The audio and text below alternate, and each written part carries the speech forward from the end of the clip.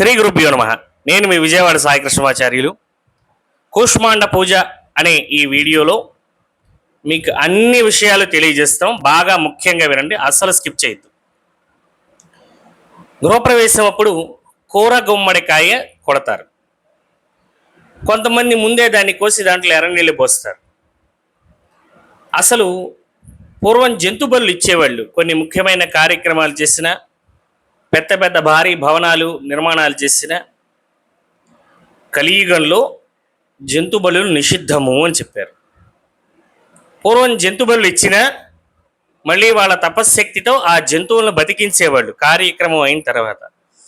కలియుగంలో బలులు ఇవ్వటమే తప్ప వాటిని మనం భక్షించటమే కానీ వాటిని బతికించలేకపోతున్నాం. అందుకని కలియుగంలో వాటిని నిషిద్ధము అని చెప్పారు. దానికి ప్రత్యామ్నాయంగా గృహప్రవేశం చేసినప్పుడు కూర గుమ్మడికాయ దిష్టి తీసి కొడతారు. దాన్ని ముందే కొయ్యకూడదు, చాలామంది ముందే కోస్తారు. దాన్ని ముందే కోసేస్తే దాన్ని మనం కొట్టిన ఫలితం రాదు.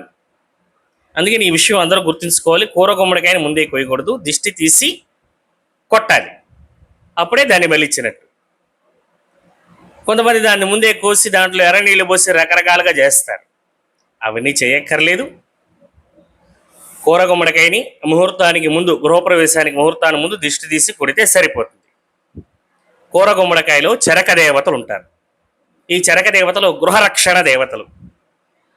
అలాగే గృహప్రవేశం అయిన తర్వాత ఇంటికి బూడిద గుమ్మడికాయ కడతారు. ఈ బూడిద గుమ్మడికాయలో విదార దేవతలు ఉంటారు. వీళ్ళు ఎప్పుడూ రక్షిస్తూ ఉంటారు గృహాన్ని నిరంతరం. ఈ చరక దేవతలు, విదార దేవతలు ఇద్దరు ఉంటేనే గృహరక్షణ కలుగుతుంది. ఇలా గుమ్మడికాయ కట్టుకోకపోతే క్షామడాండర దేవతలు, ఉదాహరణగా చెప్పాలంటే వీరు కొంచెం ఉగ్ర దేవతలు అన్నమాట. మనల్ని ఇబ్బంది పెట్టేవాళ్ళు. దిష్టి దేవతలు అని కూడా అనుకోవచ్చు ఒక రకంగా.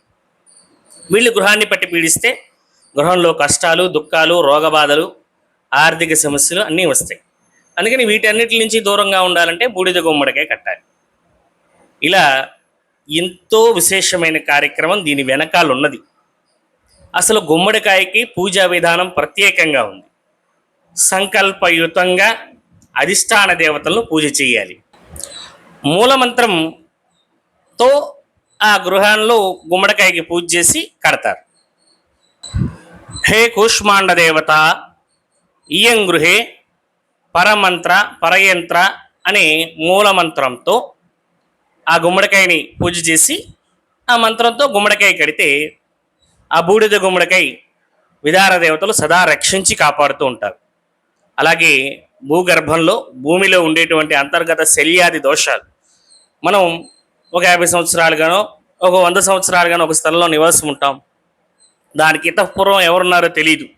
ఆ భూమిలో ఎటువంటి శల్యాదులు అంటే ఎముకలు, ఇటువంటివి ఏవో దోషాలు ఉంటాయి భూమి లోపల. ఆ దోషాలు కూడా పోవాలి అంటే మత్స్యయంత్ర స్థాపన చేసుకోవాలి. శంకుస్థాపనప్పుడే మత్స్యయంత్రాన్ని పెట్టుకోవటం ద్వారా ఇలాంటి శల్యాది దోషాలు కూడా తొలగిపోతాయి. గృహంలో ప్రశాంతంగా నిద్రపడుతుంది, ఆయురారోగ్యాలతో ఉంటారు.